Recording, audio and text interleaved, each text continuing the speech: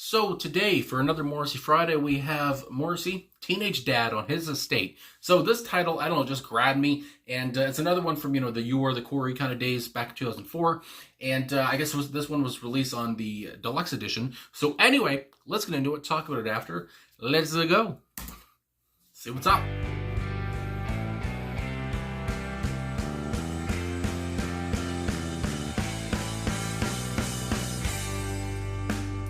Chase in the rat race. Uh-oh. And you always feel so hollow. You marry because it's expected of you, and it only makes you feel more lonely.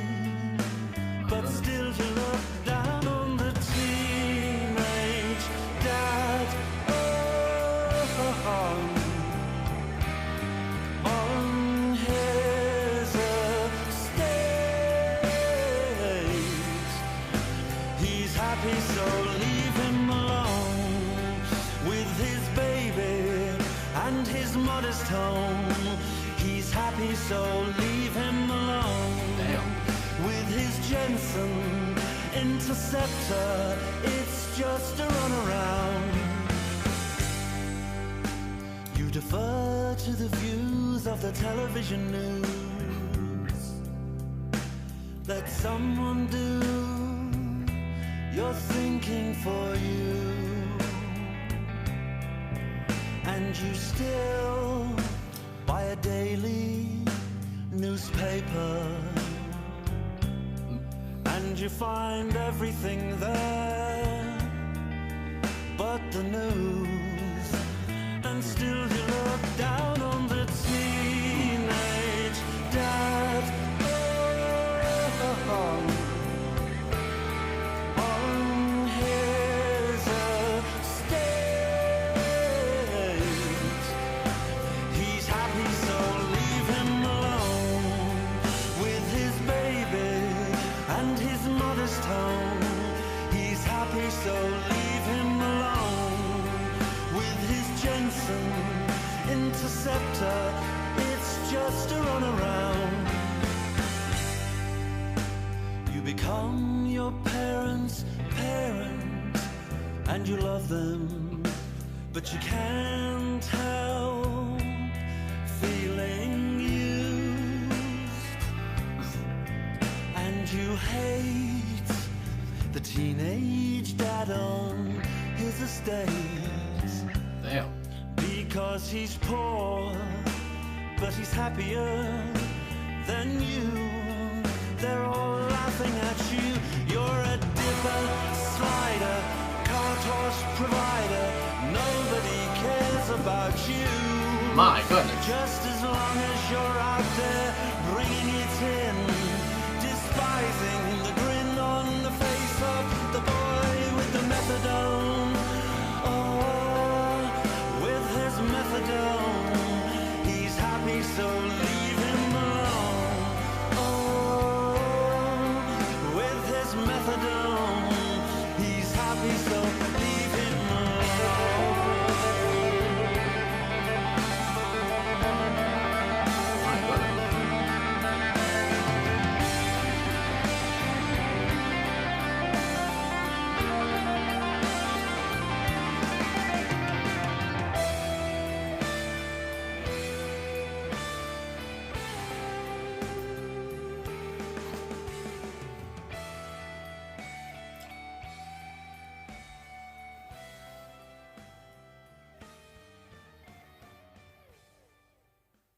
My goodness. My goodness. So Morrissey, Teenage Dad on His Estate. So like I said, Morrissey, Teenage Dad on His Estate. I mean, my God, this song, just such a sweeping kind of song, such a bold song, a song with, about jealousy, a song about kind of sadness and depression and distaste and dislike and all that stuff comes to mind. it was, such another, little known track, I guess, B-side, like I said, again, that was kind of, recorded around the time with You Are the Quarry back in 2004, 2003 kind of a thing. And, but again, it's such a classic. I mean, I really enjoyed, the way Morrissey could emote through, his words. Again, the way he can make you, he makes you feel, he friggin', my God, he gives pity to to one of the people in the song, the person that's jealous of the teenage dad. And the way that Morrissey sings, you can tell just how pitiful you should feel for this guy. This guy who's, now taking care of his parents, and, he's turned into his parents' parent, and, we'll get into the lyrics soon. But again, he just emotes so well, and the band does that as well. They're so good behind Morrissey. And Dean Butterworth, I have to say, for on drums here, he was so good too. Very, I guess how the song really starts off with the drums, of course, guitar and bass. It's kind of fast and kind of rocky in a way, whatever. And then we slow right down. And that's something that I've noticed with, Morrissey songs over the last few weeks, or however many weeks, I guess. But he has a little formula sometimes of starting off fast and strong, whatever, and then kind of slowing down and coming back down to earth. And I just like that little formula that he does. But anyway, just Dean really came through for me here. I thought that his sound was, unmissable, especially on this one. I really enjoyed his work. His sound, again, it was just bold, kind of copying Morrissey's bold vocals here as well. And again, guitarists on the song here, Boz and Alan White, of course, Boz Borer, I should say. And there's a little guitar solo kind of near the end of the song, I think, as well, which I didn't expect.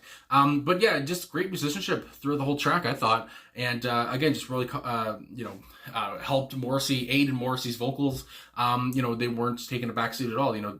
His backing band, I can't say it enough. They've always been so good. And again, I gotta mention Gary Day on bass, and as well as Roger Manning on piano. And Roger Manning is such a great pianist, or keyboardist, whatever you want to say. He's always tangling those keys like nobody else, and he's always so good behind Morrissey's voice. So yeah, I really enjoyed. I enjoyed each contribution to the song. And again, this song is just such a kind of strong song lyrically, I felt like. And again, Morrissey's voice, does it justice too. I thought, again, a very thought-provoking song with many different themes. And I'm a fan. God damn. Anyway, so all that put aside, talking about, the instruments and such. Looking at some of these lyrics, again, it's, the way we start off right with the first verse, talking about you chasing the rat race. And again, the first line being that, it's just like, oh, well, where's he going to go? This seems that it's going to be a little bit depressing maybe for somebody. And you always feel so hollow. So again, you chasing the rat race, you try to find love. And even when you do, it doesn't matter. Again, I think, there's been so many lyrics from Morrissey or back to the Smiths days, that this same kind of feeling, of course. You marry because it's expected of you, and it only makes you feel more lonely. Now, somebody, as somebody whose parents have recently separated, I think about how, because again, a lot of marriages, I don't know what these stats are, whatever, if more marriages end in divorce, but of course, many marriages end in divorce. So it's just like, and, it's expected of you to marry somebody, but at the end of it, you're going to feel more lonely, especially if you get a divorce. Or maybe, you'll be happy because maybe you're happy it's over. But either way, you're still going to probably feel lonely. But you look down on the teenage dad on his estate. He's happy, so leave him alone. Again, this is where the jealousy comes in. He's happy, so leave him alone with his baby in his modest home. He's happy, so leave him alone with his Jensen Interceptor. My goodness, it's just a runaround. And there is a little on Genius.com here. There's a little annotation for Jensen Interceptor, which it says an English-made grand touring car. So it's a car. So again, this teenage dad, he's got his baby. I guess he's got his. Maybe, I don't know if he's got a wife or not, teenage wife, whatever it is, but he's got a baby, all this stuff. He's got a nice little modest home, got a nice car, and this guy is just jealous of all that. He's jealous of this guy being, young and, having, living his life the way he wants to. And, my goodness. So then we go on to the second verse. Again, I feel like, I gotta really, get into all these lyrics kind of a thing because it's all very important to the whole story and how it ends. You defer to the views of the television news.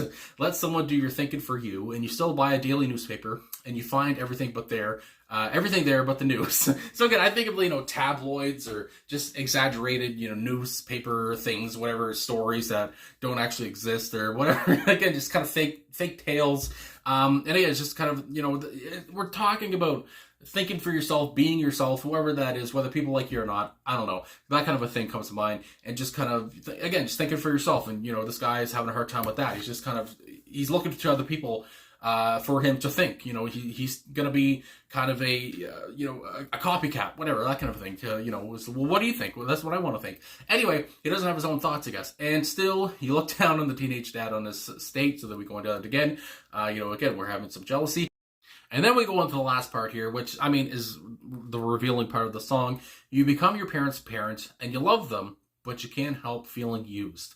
And, I mean, just to start with that, of course, near the end of your parents' life, they get old, they get frail, they can't do everything they used to, obviously, and they become dependent on you, or whether you hire somebody, whatever it is, to help them out, however extreme that has to be, in the bathroom, or whatever it is. I mean, my God.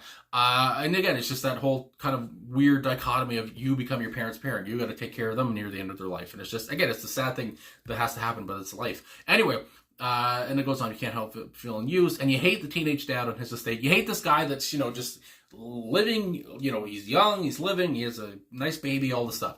They're all laughing. Again, Morrissey just, starts being so scathing to this guy. They're all laughing at you. You're a dipper, a slider, a cart horse provider. Nobody cares about you. Nobody cares about you. I mean, you can't say it any simpler than that, or any friggin', just put the knife in and keep turning it, I guess.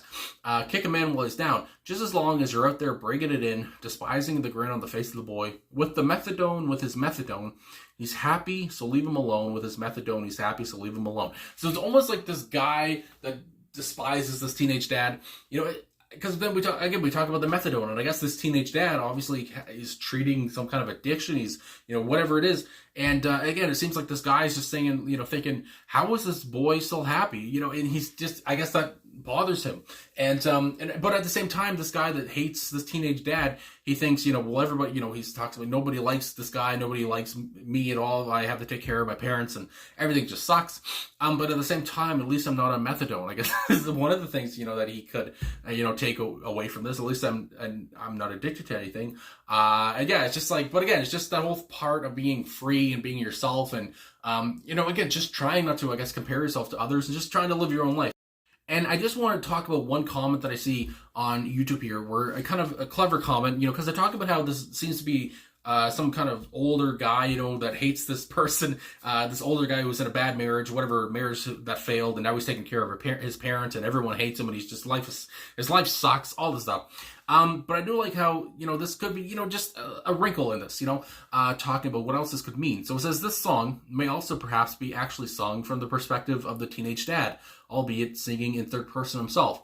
Since the title is Teenage Dad on His Estate, he is intoning his defense of his happy poverty, his methadone-induced high, and his young fathering in response to the scorning envy of society. So again, I like that kind of a thing where it just, makes you think as well. Maybe that's what the song could also be about. And Morrissey has talked about before in other songs where, he doesn't always tell you what the song is about. So, I mean, yeah, I just like seeing people talk about their interpretations, and I do like that interpretation too, so whether you can do whatever you want with that, but I like that where maybe it's the teenage dad talking, and again, because it's just like in this situation you would think maybe the teenage dad was also be miserable, but he's not. And and again, it's all about how you look at life, I guess.